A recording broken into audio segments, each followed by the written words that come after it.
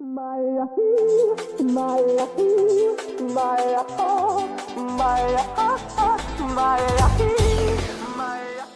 YouTube, this is Pro Smart Tech, and in today's video guys, I'm here how to increase the internal storage of your Android devices.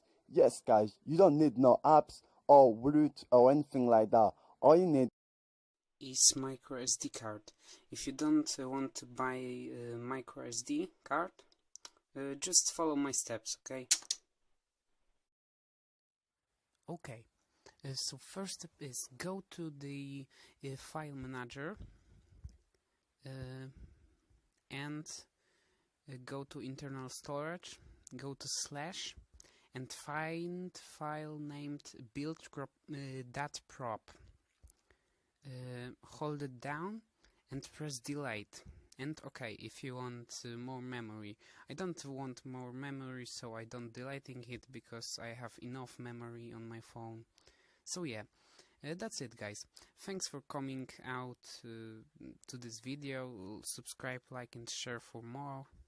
And yeah, peace out.